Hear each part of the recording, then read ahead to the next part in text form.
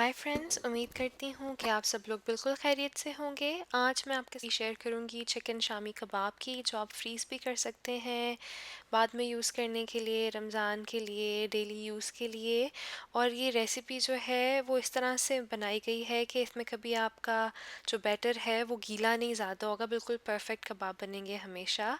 तो चलिए इंग्रेडिएंट्स की तरफ आते हैं। सबसे पहले तो मेरे पास है यहाँ पे 350 ग्राम चने की दाल, 3-4 घंटे भिगो दी थी मैंने धो के।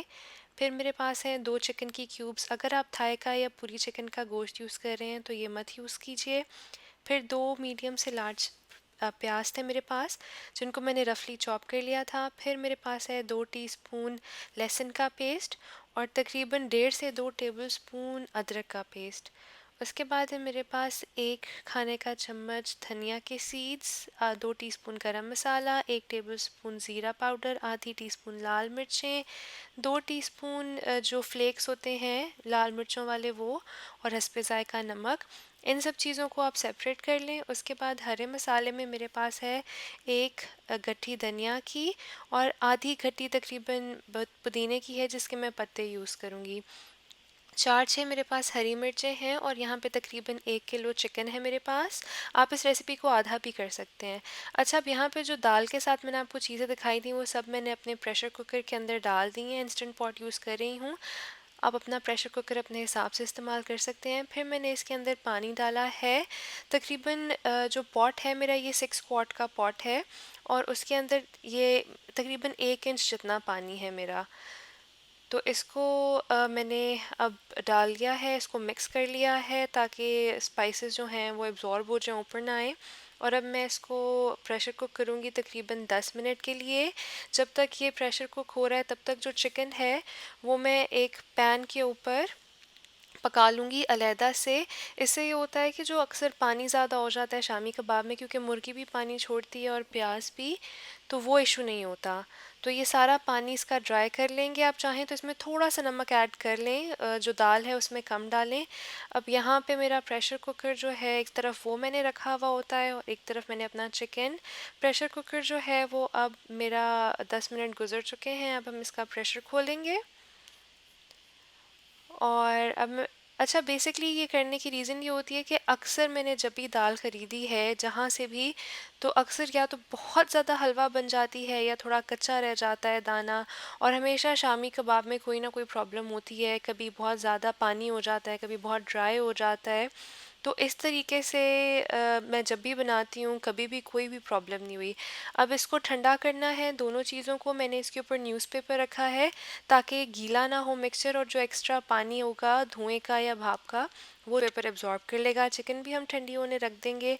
और मैंने मीनवाइल अपना धनिया पुदीना काट लिया था और हरी मिर्चें भी काट ली थी। अब इसको आप घंटे के लिए छोड़ दें ताकि सब रूम टेम्परेचर पे आ जाए। अब पहले मैं अपनी चिकन को अपने फूड प्रोसेसर में डाल के ग्राइंड कर लूँगी सारा, और उसके बाद मैं अपने मसाले को करूँगी। अलग-अलग चीज़ें ग्राइंड करने से ये होता है कि आप बहुत ओवर ग्राइंडिंग जो होती है, ओवर मिक्सिंग किसी भी चीज़ की, वो सही नहीं होती। आपकी चीज़ हलवा बनने लगती है, टूट जाती है, तो उससे आपकी बचत हो जाती है। और जो मोटे मोटे से बहुत बड़े रेशे आते हैं चिकन के, वो भी नहीं आते। हर चीज़ बहुत अच्छे तरीके से ब्लेंड हो जाती है। तो अब चिकन को मैंने ब्लेंड करके अपने दाल में डाल दिया और साथ हरा मसाला डाल दिया है। और अब मैं इसको हल्का सा मिक्स कर लूँगी और उसके बाद मैं इसको ब्लेंड करूँगी। और सिर्फ 10 सेकंड के लिए, 10 से 12 सेकंड के लिए मैं इसको ब्लेंड करूँगी। मिक्सचर को आधा आधा करके डालूँगी। बहुत ज़्यादा मिक्सचर जब आप डालते हैं उससे भी प्रॉब्लम होती है कि अक्सर मिक्सचर बहुत ज़्यादा ब्लेंड हो जाता है और फिर बाकी जो ऊपर ऊपर होता है वो नहीं सही तरीके से ब्लेंड होता। तो ये देखें, इस तरह से ब्लेंड हो गया है। अब इसको मैं निकाल लूँगी सारे के सारे मिक्सचर को। अच्छा, अब मैं आपको दिखाऊँ इसकी कंसिस्टेंसी इस टाइम कुछ इस तरह से है। ये थिक है और इसमें जो है ये जैसे जैसे थोड़ा सा हम इसको रखेंगे ये और थोड़ा सा गाढ़ा हो जाएगा। तो अब ये देखें कि अब 10-15 मिनट के बाद इसका टेक्सचर किस तरीके का है। आप इसके अभी भी कबाब बना सकते हैं इस टाइम। अगर आपने अंडा लगा के फ्राई करना है तो आप बीच में बेशक मत डालें। बीच में अंडे डालने से बाद में अंडा लगाने की ज़रूरत नहीं पड़ती। तो मैं इसके अंदर 2 अंडे डालूंगी।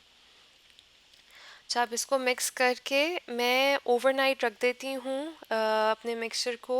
इससे काम थोड़ा आसान हो जाता है, 2 दिन में डिवाइड हो जाता है। और जब ठंडा होता है मिक्सचर तो मैंने नोटिस पर्सनली किया कि कबाब आपके ज़्यादा अच्छे बनते हैं। तो अब इसको आप हाथ से भी शेप कर सकते हैं, या छोटा सा हैक जो मैं यूज़ करती हूँ वो किसी भी ढक्कन के ऊपर, किसी भी बॉटल के ढक्कन पे थोड़ा सा प्लास्टिक रैप लगाएं और उसके अंदर आप अपना कबाब प्रेस करें और उसको निकालें, तो आपका कबाब बहुत परफेक्ट बनता है जिस तरह से बाज़ार से कबाब मिलते हैं। आप कोई भी थिकनेस का कबाब बना सकते हैं जितनी साइज़ की आपकी ढक्कन होगी। तो ये मैंने कबाब बना लिए थे, इनको मैंने पार्चमेंट पेपर में या बटर पेपर में लगा लिया है और अब इनको मैं फ्रीज़ कर दूँगी इस तरीके से। और जैसे ही ये फ्रीज़ होंगे मैं इनको शिफ्ट कर लूँगी ज़िप लॉक में। अच्छा, अगर आप ढक्कन नहीं यूज़ करना चाहते तो ये हाथ का तरीका भी देख लें। आप इसको दोनों हाथों में गोल करेंगे और उसके बाद जैसी इसकी डिस्क सी बन जाएगी लट्टू जैसी, आप इसको थोड़ा सा फ्लैट कर लेंगे दोनों तरफ से, तो ये आपका हाथ से भी बड़ा अच्छा सा कबाब बन जाएगा। तो आप दोनों मेथड यूज़ कर सकते हैं, जौन सा आपको आसान लगता है, जौन सा आपको क्विक लगता है वो मेथड आप इस्तेमाल कीजिए। ये देखिए इस तरह से लट्टू सी शेप बनती है और फिर आप इसको जब प्रेस कर लेते हैं तो आपकी जो डोम वाली कबाब होती है उस तरह से आपका कबाब बन जाता है। अच्छा, अब ये मैं इससे आपके तकरीबन 3 दर्जन कबाब बनेंगे और कबाब का साइज़ जो है वो काफ़ी बड़ा है। अगर छोटे बनाएंगे तो 50 तक बन जाएंगे। मैंने ये तस्वीरें इसलिए डाली हैं ताकि आपको आइडिया हो जाए कि मैंने किस साइज़ के कबाब बनाए थे। तो ये थी आज की रेसिपी चिकन शामी कबाब की, जो बहुत परफेक्ट बनती है हमेशा। उम्मीद है आपको पसंद आई होगी। इसको ज़रूर ट्राई कीजिए और मुझे फ़ीडबैक दीजिए कि आपको ये रेसिपी कैसी लगी। और अगर पसंद आए तो लाइक और शेयर कीजिए, मेरे चैनल को सब्सक्राइब कीजिएगा। मुझे अपनी दुआ में याद रखिएगा। Until next time, the home maker baker over and out.